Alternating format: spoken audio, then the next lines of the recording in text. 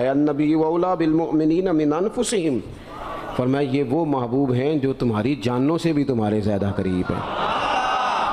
رسول کائنات صلی اللہ تعالیٰ علیہ وآلہ وسلم امت کے حق میں نرم دل رکھتے، نرم۔ لوگ سمجھتے ہیں شاید کسی کا بھلا یہ ہوتا ہے اس کو 4 پیسے دے دیے جائیں، شاید اس کا بھلا یہ ہے کہ اسے نوکری پہ لگوا دیا جائے، شاید بھلا یہ ہے کہ اس شخص کو اگر کسی وہ مشکل میں آ گیا ہے تھانے کچہری کے معاملے میں تو وہاں اس کو سہولت دلا دی جائے، آسانی کر دی جائے، کسی کو مضبوط کر دیا جائے، تو یہ اس کے ساتھ بھلائی ہے۔ میرے رسول پاک صلی اللہ تعالیٰ علیہ وسلم نے بتایا کہ میں نہ مکارم اخلاق کی تکمیل کے لیے آیا ہوں، میں تمہارا وہ نفع کرنے آیا ہوں کہ تمہارا دل ساری جگہوں سے ہٹا کے رب رسول کی طرف مائل کرنا ہے، تمہاری طبیعتوں کے اندر جو سختی ہے اسے نرمی میں بدلنا ہے، تمہارے مزاجوں کے اندر جو بے لگام خواہشات ہیں انہیں شریعت اسلامیہ کی پابندی کی لگام دینی ہے۔ حضور سید عالم علیہ السلام نے لوگوں کی اصلاح کا جو دیکھیں نا، اگر کسی گھر میں بگڑے بچے سنور جائے نا تو روٹی تھوڑی بھی ہو تو گزارا ہو جاتا ہے، اگر گھر والے اخلاقاً اتنے اعلیٰ ہوں، ایک دوسرے سے پیار کرتے ہوں تو تھوڑے پیسوں پر بھی وقت گزر جاتا ہے۔ رسول پاک کا دل دھڑکتا تھا، کس لیے؟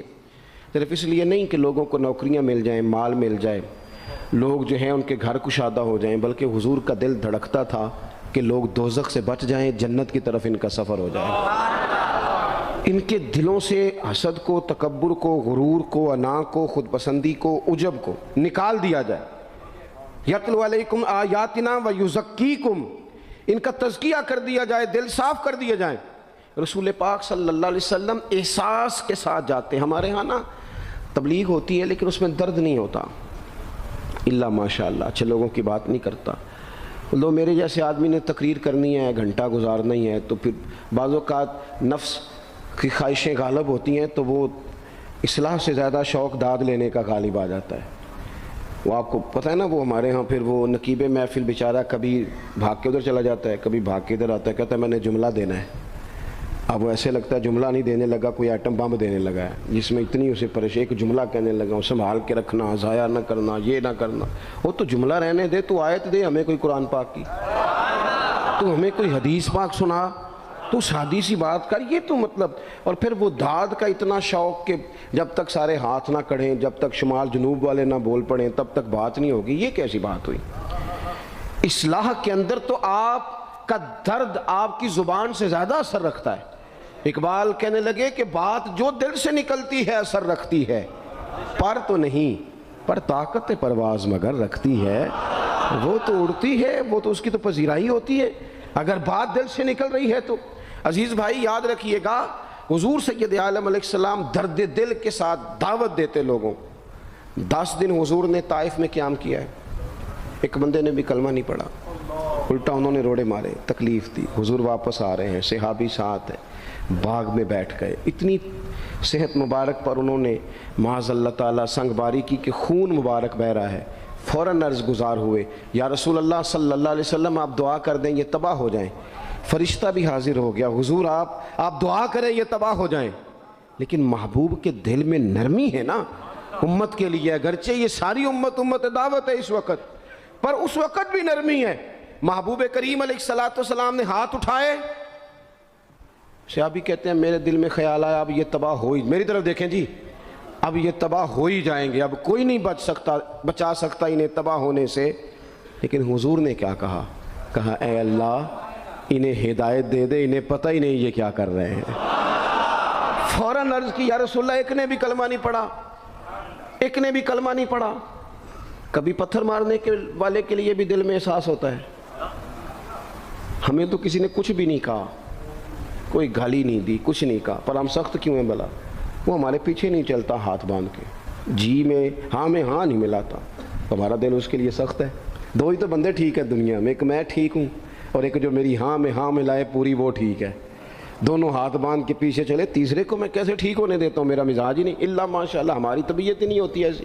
خدا کے بندو جب دل کشادہ ہوں، طبیعتیں کھلی ہوں، پھر اس طرح کا تھوڑی مزاج ہوتا ہے۔ کریم محبوب صلی اللہ علیہ وسلم سے عرض کی حضور ایک نے بھی نہیں کلمہ پڑھا؟ اور پھر بھی آپ کے دل میں اتنی وسعت ہے، آپ ہدایت کی دعا کر رہے ہیں، 10 دن لگائے ایک شخص بھی نہیں آ رہا، تو محبوب کیا فرمانے لگے؟ کریم فرمانے لگے مجھے پتہ ہے انہوں نے تکلیف دی ہے، ایک نے بھی کلمہ نہیں پڑھا، جلدی نہ پریشان ہو جایا کریں۔ کچھ لوگ جلدی کچے جملے بوئے، ساڑی قوم نہیں ٹھیک ہو سکتی دی، ایسمو لگتا کچھ نہیں ہو سکتا دی، یہ نہیں ٹھیک ہو سکتے، فلانے نہیں ٹھیک ہو سکتے۔ شکوہ ظلمت شب سے تو کہیں بہتر تھا، اپنے حصے کی کوئی شمع جلاتے جاتے۔ اللہ کے حبیب صلی اللہ علیہ وسلم سے عرض کی، یا رسول اللہ صلی اللہ علیہ وسلم ایک بھی نہیں مانا اور آپ نے پھر ہدایت کی دعا کی؟ تو یہ میرے محبوب کا امید کا طریقہ ہے۔ کریم فرمانے لگے اگر آج یہ نہیں مانتے تو پھر بھی تباہی کی دعا نہیں کرنی، یہ نہیں مانتے تو ان کی آنے والی نسلیں مان جائیں گی، مان جائیں گے لوگ۔ اپنے دل میں جب آپ نرمی لے آتے، ہمارے نا سینکڑوں نوجوان گناہوں میں چلے گئے ایک ایک علاقے سے۔ جو آدمی گناہ میں مبتلا ہوتا ہے نا، وہ سخت تکلیف میں ہوتا ہے۔ انسان کو جو چیز سب سے زیادہ ستاتی ہے وہ اس کی اپنی غلطیاں ہوتی ہیں۔ حدیث میں فرمایا ما حاک فی صدرک، کھٹکتا ہے سینے میں، چبھتا ہے گناہ، یہ تکلیف دہ معاملہ ہوتا ہے، تڑپتے ہیں لوگ، سسکتے ہیں۔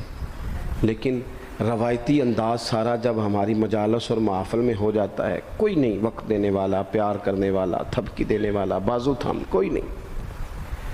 ایک تقریر وہ ہے جو میں آپ سے کرتا ہوں، بس ٹھیک ہے گھنٹہ گزارنا ہے، تو وہ بھی کئی میری طرح کے لوگ ہیں جو جمعرات کو فیصلہ کرتے ہیں سویرے کیا بیان کرنا ہے۔ حالانکہ میری طرح کے جو چھوٹے ہیں وہ ہفتے سے ہی تیاری شروع کر لیتے ہیں تاکہ کچھ غور فکر کر کے قوم کے سامنے رکھا جائے، ضروری۔ اب ایک تقریر میں آپ سے کرتا ہوں، سمجھانے کے لیے عرض کرتا ہوں، ایک تقریر ایسی ہے جو خطیب صاحب آپ سے کرتے ہیں، اور خدا نہ خواستہ اللہ تعالیٰ معاف کرے، صرف سمجھانے کے لیے، اگر ان کو پتہ چل جائے کہ ان کا بیٹا کسی غلطی میں مبتلا ہو گیا تو پھر بھی اسی طرح ہی داد و تحسین کے لیے لش پش کر کے تقریر ہوگی؟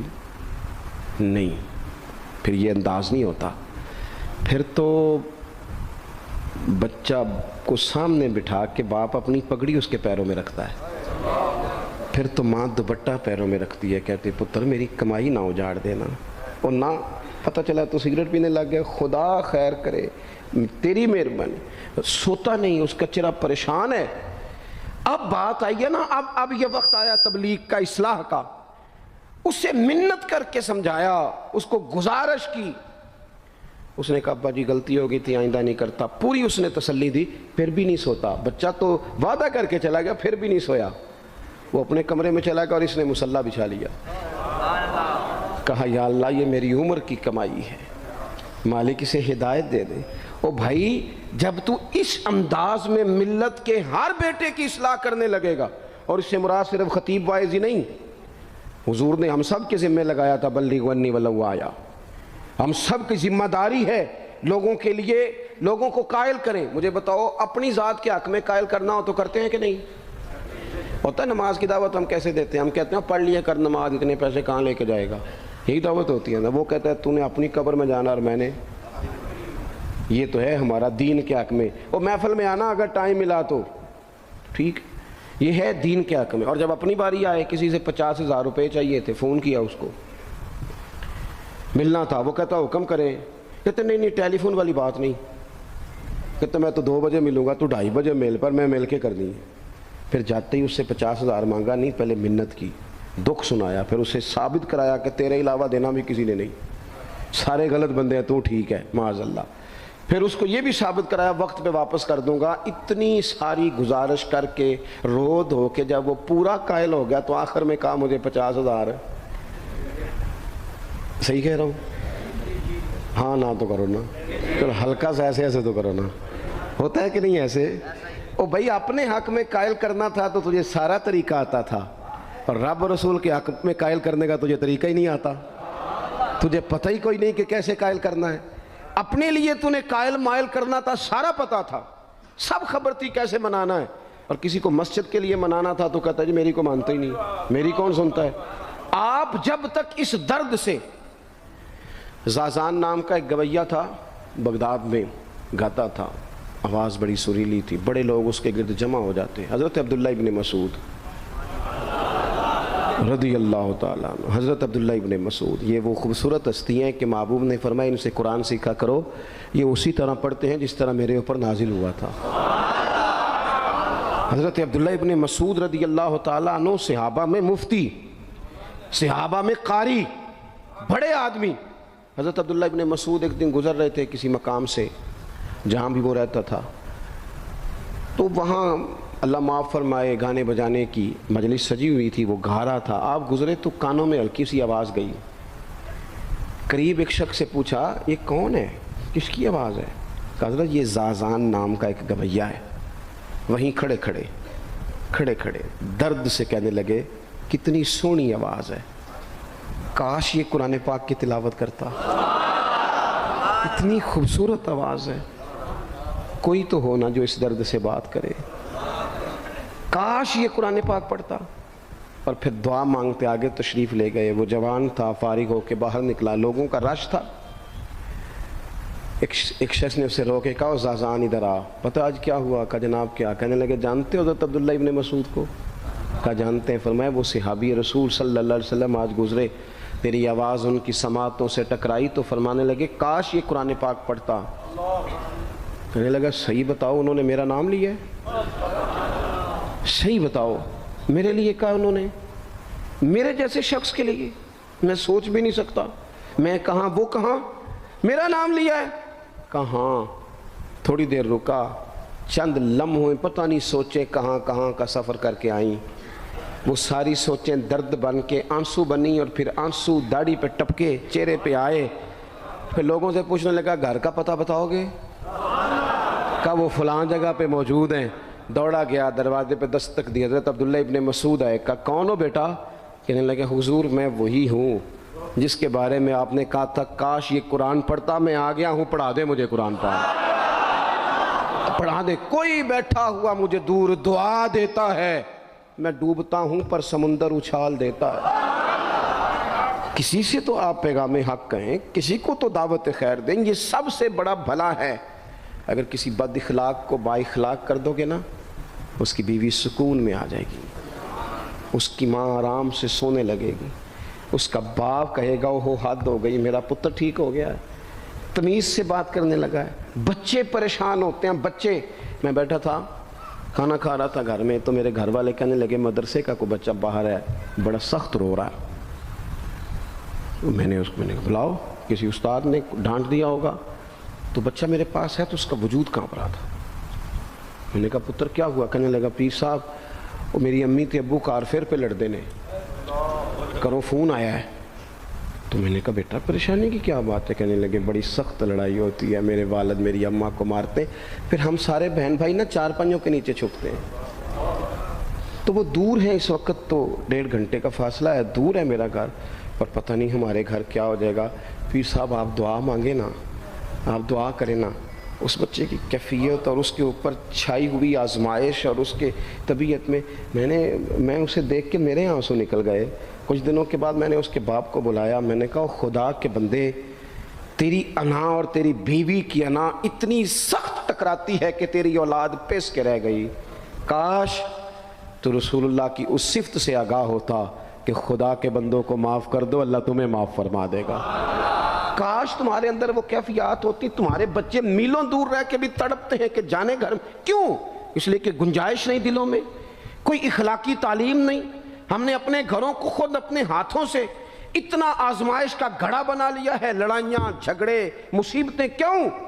کہ پیسوں کی تو تبلیغ روز ہوتی ہے کہ کمانے چاہیے، مال کی تبلیغ تو روز ہوتی ہے، درد نہیں بٹتا، اخلاق کی بات نہیں ہوتی۔ اور سجنوں، ہمارا غریب گھر تھا، اور میرے ابا جی جب گندم کا سیزن ختم ہوتا گھر میں لے کے آتے تو ہمارے گھر کے سین میں کھڑے ہو کے فرماتے لو پتر کسی دا گھر وال نہیں تکنا، میں دانے پاتے نے پھڑو لیتے تو تہاڈی ماں نے اچار پا دیتا ہے، آپ پرواہ نہیں۔ اس سادگی کے ساتھ، اس آسانی کے ساتھ گزارا ہوتا تھا۔ میں نے ایک دفعہ کہا، میں نے کہا ابا جی لوگ بڑا بڑا پیغام دیتے ہیں پیسے کماؤ پیسوں، آپ نہیں دیتے پیغام، چلیں یہ بتا دیں کوئی شے پسند نہیں کھانے میں؟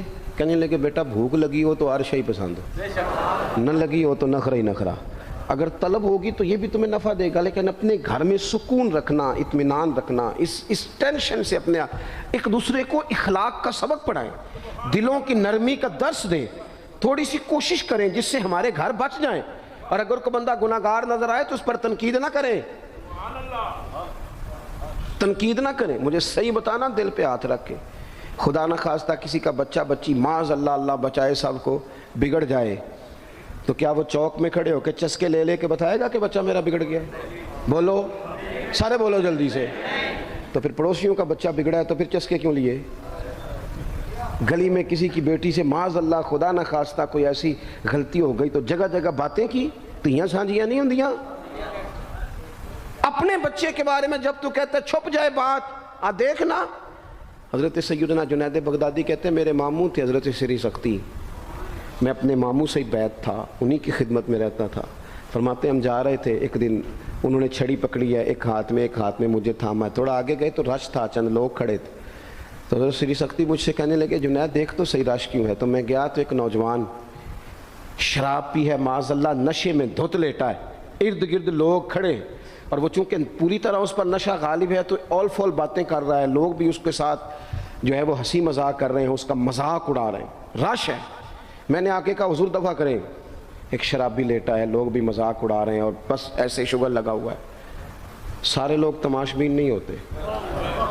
ہاں حضرت فرمانے لگے نہیں جنید ایسے کیسے چلے جائیں، چل نہ مجھے لے چل۔ کہتے ہیں بوڑھے شیخ، ہاتھ میں نے تھاما تو وہاں لے گیا، حضرت نے لوگوں کو ڈانٹا چلو دوڑو۔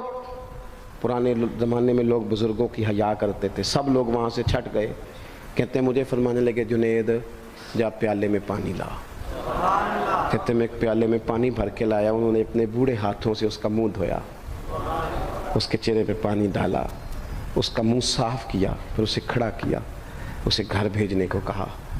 کہتے ہیں وہ وہیں ایک کونے میں سائڈ پہ ہو گیا تو حضرت نا منہ دھو کے نا تھوڑی دیر چپ کر گئے، پھر 2-3 لمحے گزرے تو ان کی آنکھوں میں زور زور سے آنسو ٹپکے اور ہاتھ اٹھا کے کہنے لگے مالک میں تیرا کمزور بندہ ہوں، میں منہ دھو سکتا تھا، میں دل تو نہیں نہ دھو سکتا، جو میرے اختیار میں تھا میں نے کر دیا، باقی تو مقلب القلوب ہے، کر نہ کرم۔ یہ کسی ماں کا بیٹا ہے، کسی خاتون کا شوہر ہے، او بھائی جو نشے پہ لگ جائیں ان کے بچے باپ کے ہوتے ہوتے یتیموں جیسی زندگی گزارتے ہیں، لوگوں کے مانگ کے کپڑے پہنتے ہیں۔ کسی نے کہا تھا اگر دشمن سے زیادہ بدلہ لینا ہو تو اسے قتل نہ کرو، نشے پہ لگا دو۔ معاذ اللہ اتنا لوگوں نے، کتنا عام نشہ ہو گیا۔ کہا اللہ میں نا منہ دھو سکتا ہوں، دل نہیں، دل تو دھو سکتا ہے، دھو دے۔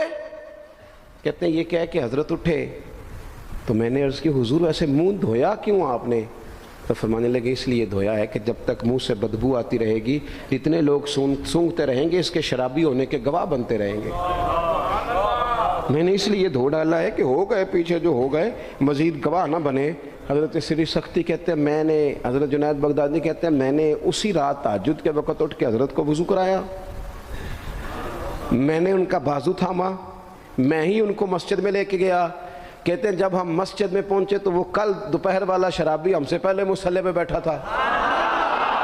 کہتے ہیں میرے دل سے آوازیں نکل رہی تھی شیخ دیکھ لو پھر مالک کتنا کریم ہے، آپ نے منہ دھو ڈالا تھا، رب نے دل بھی دھو ڈالا، کرم فرما دیا۔ کوئی ہو نہ تو ایسا کرے،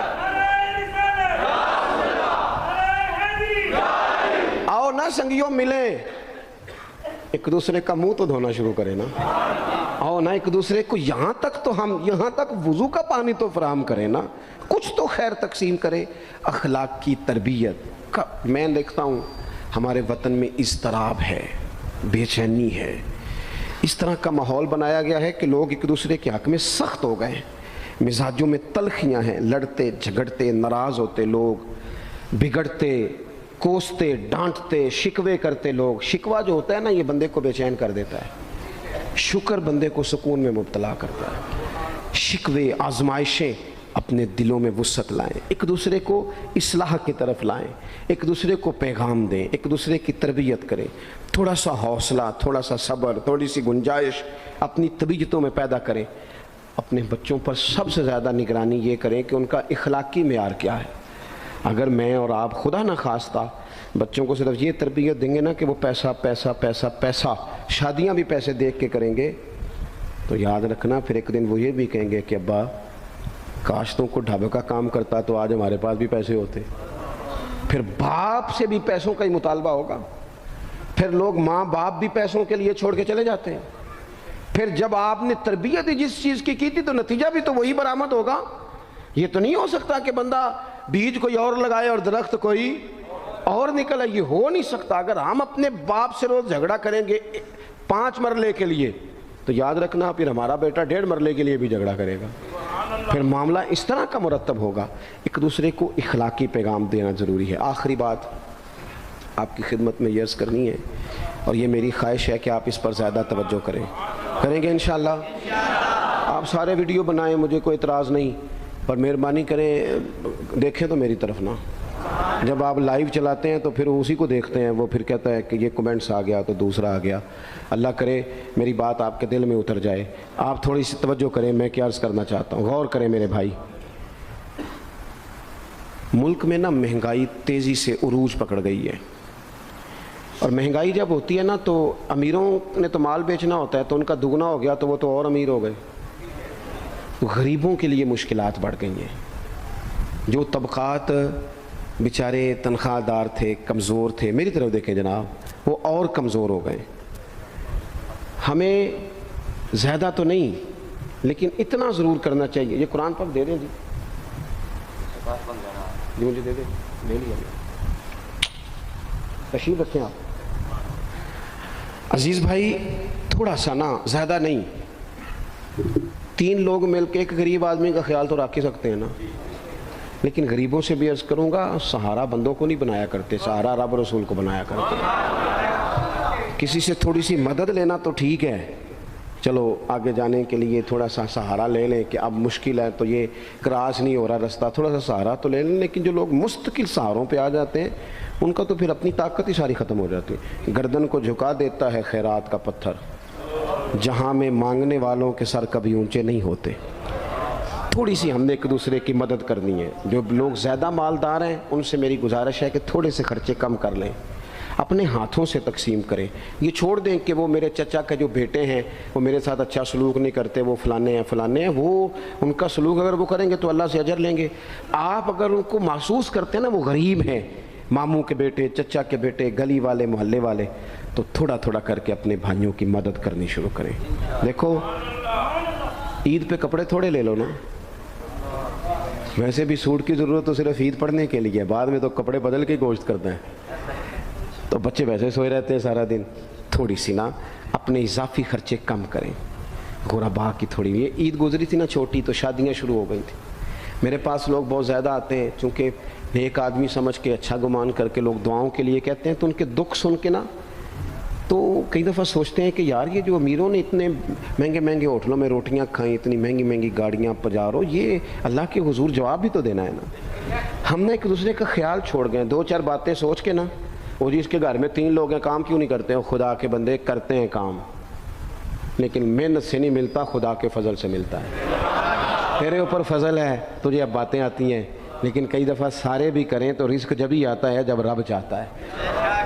ایک تو وہ لوگ ہیں جو ہاتھ پھیلا کے مانگ لیتے ہیں، ایک سفید پوش ہوتے ہیں، لا یسألون الناس الحافا، جو لپٹ لپٹ کے سوال نہیں کر سکتے، ان کو دیکھیں، بالخصوص اپنے بہن بھائیوں میں، قریبی رشتہ داروں میں، پڑوسیوں میں تھوڑی تھوڑی لوگوں کی مدد کریں، اور اپنے خرچے بتدریج کم کریں۔ خواہش تو بچوں کی طرح ہوتی ہے، ایک خواہش پوری کریں تو دوسری پیدا ہو جاتی ہے، دوسری پیدا کریں تو 4 خواہشیں اور کھڑی ہیں۔ یہ نفس تو بچے کی طرح ہے، اپنی خواہشات تھوڑی کم کر کے، یہ حکومتوں سے آپ امید نہ رکھیں۔